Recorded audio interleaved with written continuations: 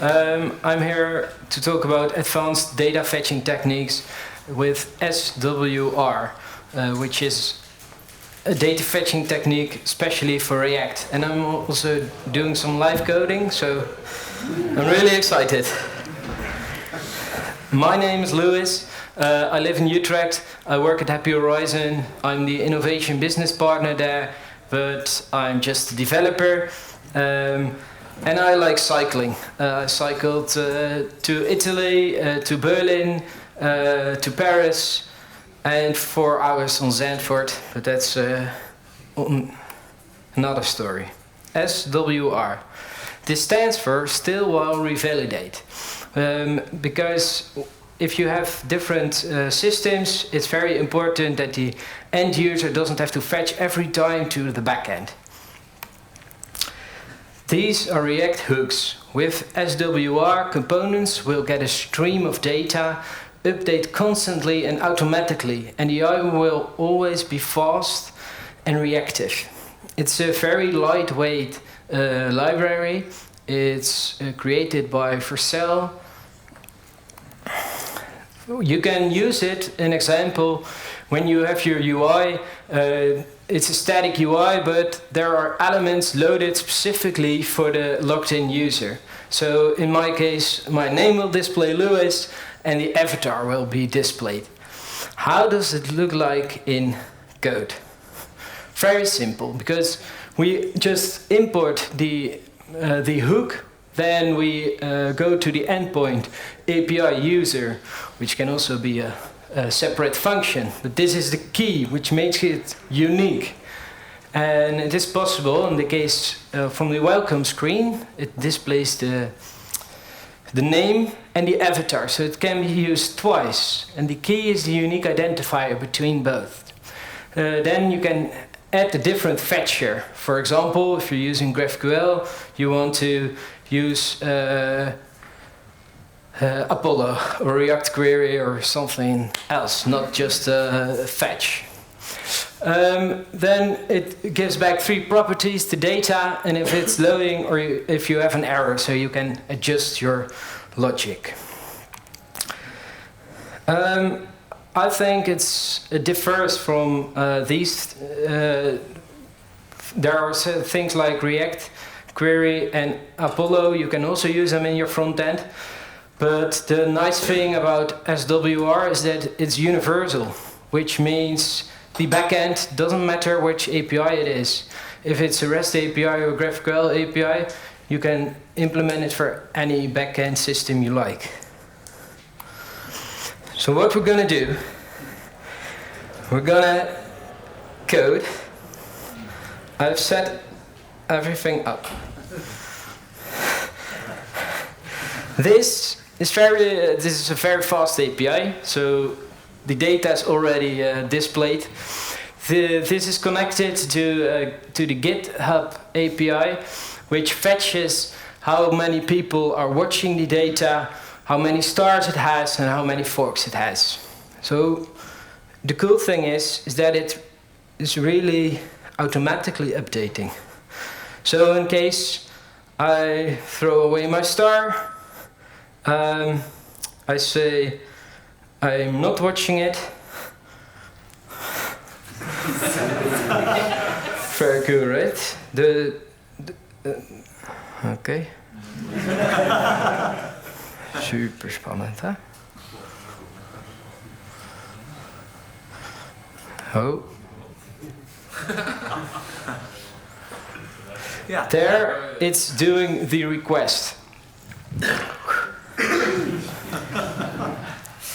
But that is also when there is a possibility to enhance, which means if you have several tabs open, in case of like an e-commerce platform or something, you can add a product in the cart in one venster and then in one window, and then you switch back and everything is updated. So your UI is totally in sync.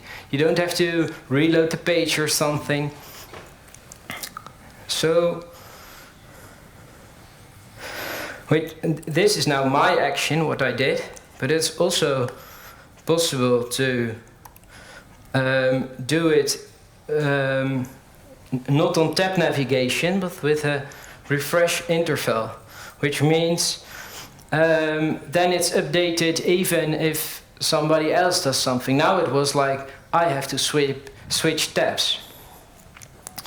So it is possible to see this in action. My phone, because I unsubscribed. Come on.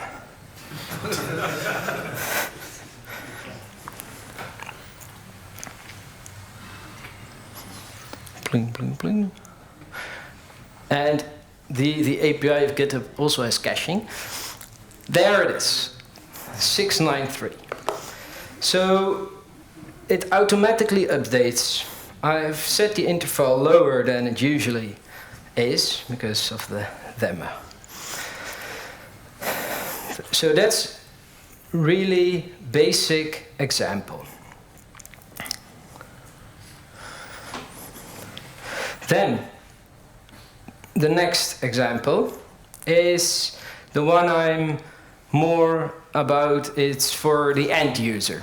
It's optimizing for your user experience. Because I also have a shopping cart, and I've added just a simple like order by SKU thing, so I can do this, add it to the cart, and as we all know, backend systems are slow, so it takes a little delay before anything is displayed. And what is possible to do is to use optimistic data, which means when the SKU is added, we can take the original items, spread them, and add the new one. Thanks, Copilot. Which means that in my case, I add another product, and you instantly saw that the counter was updated to 2. This one will be refreshed later, because the only data we have is the SKU and not the product name. But in a case of like an e-commerce web shop, the only thing displayed to the end user is the right top corner.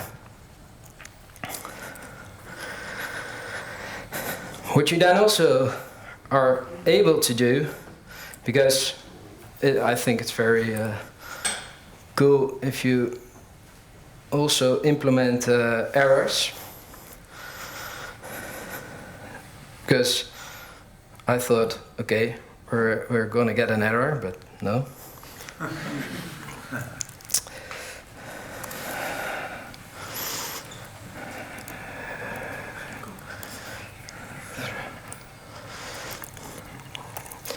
Because what is normally done is if you add an item, you in this time get an error. It is easy to use the rollback functionality. So you can already display that something is happening, but if the actual backend is giving an error, you can just instantly roll back. Because 1 on the 10 times you get an error, depending on your backend.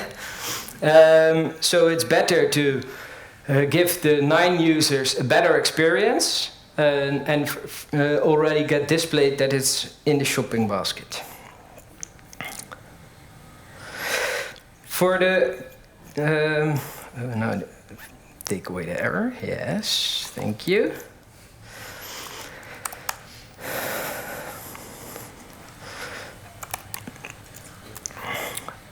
For the clear card, it's exactly the same, because now you're waiting on the backend to actually clear the card.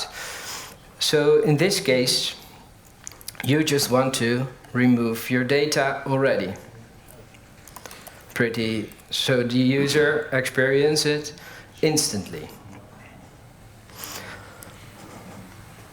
So for the end user, the feeling it's faster, but it's actually not, because the backend is still slow. And what you're probably saying, if I refresh the page, you have the get card twice. And as I mentioned, the key is a unique identifier, and if it's used multiple times, then it should be fetched once. Now it's fetched twice. Because on mobile, the toggle is also displayed. So what you then have is the app bar, in this case, which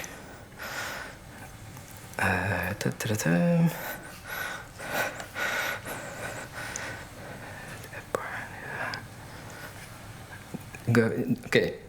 Yes, the deduping interval has been disabled, which means by default SWR comes with deduping interval, which is to make sure if a component which uses the same data doesn't refetch or refetch. So now it is loaded only once, which is better for when you're fetching data from a backend, because that's less data to transfer and better for performance, better for the environment.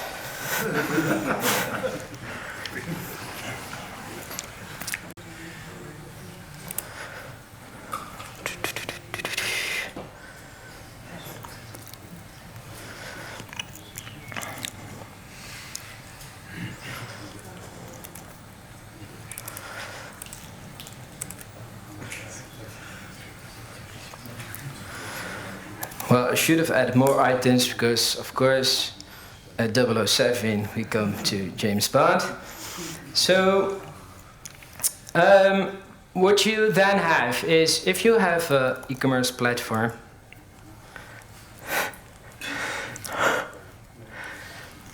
in which the most important thing, if you're on a product page, is that the add to cart button is clickable, so you can add the product to cart, which means it is possible to use prefetching with SWR. There are two ways to do so. One is the easy way, depending on your full implementation, is just adding one tag to your head, and then it already prefetches API / data, which means, because it's the new unique key combined with the deduping, it doesn't fetch it again because the data is already fetched before the page is already rendered. You can also do it programmatically depending on what you created. That is a little bit more complex. Then they also have pagination in place, because you can use it for several things. The use case we had now was, in the example shown, was user data, but also the cart data. But you can also create something like,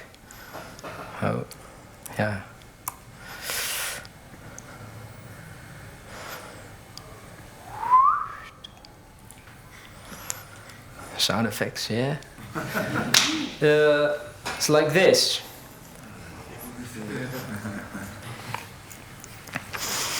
Which is pretty cool. You can also, as you saw, you have the is loading, so in that case I can show a skeleton. But we're gonna add pagination to this example. If you take a look, you can't use a hook within an if statement. I don't have to explain that. So I tried that first, that didn't work. You get the usual error. So there comes in the simple possibility to apply pagination. So this is what we're going to do for the Pokemon. This is not the code already. This is the same snippet as shown in the presentation. So I don't have to switch around. So what we're just gonna do, yeah, that's the same, but can I disable you? Ooh, no, okay. So we're just gonna do what the snippet says, pretty cool.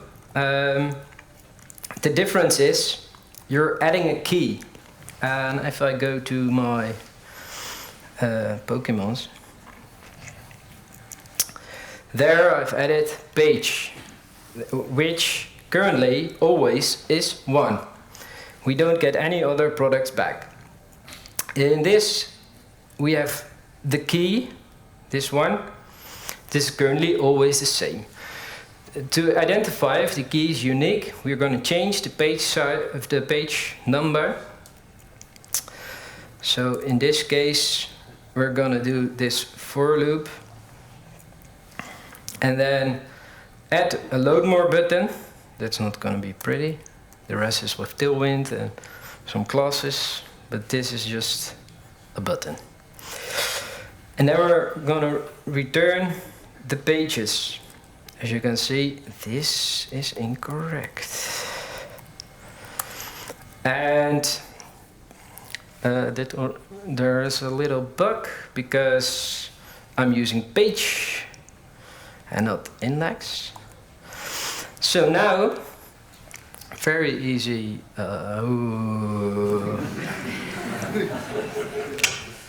We all got it. Yes. Good. So now if I hit the button, it's going for page 2. And I was like, the first time I saw this. You think they're the same Pokemon? No, that's the image, because the names are different. This is not Bulbasaur. Little mistake.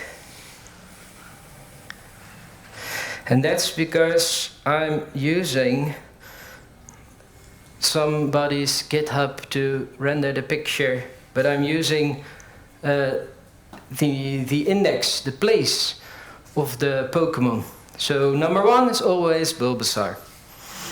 But the page is rendered underneath each other. So the next page starts with item 1 as well. So we gotta use the ID, which is in the URL of the specific Pokemon. So theoretically speaking, we should see different Pokemons for real.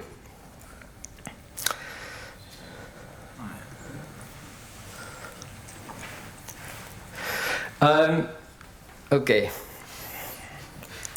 So it's really easy to add pagination, to load more, load more.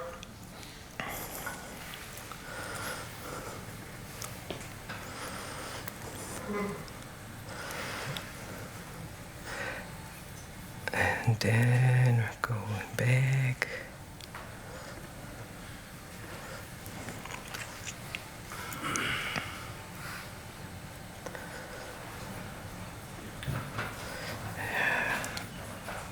There was one more thing. I can't find what I'm looking for. So I think it's pretty easy to implement, and in the case of the card, because you don't have to always do like a real fetch to something, I just have here all the methods, and the methods can already be used, which means it doesn't have to be an external API, but it can also be just internal functions, which means you can use it for very much, not only API calls to the outside. And I think this is a really easy way to optimize your UI for the end user, because the backend doesn't have to get any faster, but the end user will experience as it is faster. So in the case of of e-commerce, the customer can press faster on the add to cart, and the feeling is that it's faster, but you're only cheating. So that's what I want to tell you about SWR. And are there any questions? You showed that the rollback functionality works, but you have to implement the rollback yourself, or is it like default behavior? Good question. You threw the error and then it magically like removed the item again, but do you have to specify how to take the item back, or does it keep its state automatically? It keeps the state automatically. Normally, you can say rollback on error false if you don't want it. So it is applied for you, but there are cases in which you have to do it yourself, because there are systems who just add a message. They don't actually throw an error. So you have to implement it then yourself. But by default, it resets the state back. It's really like a rollback of the previous state.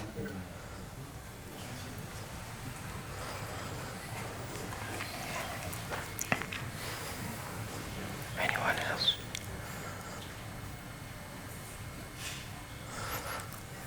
I went through it a little bit faster than expected.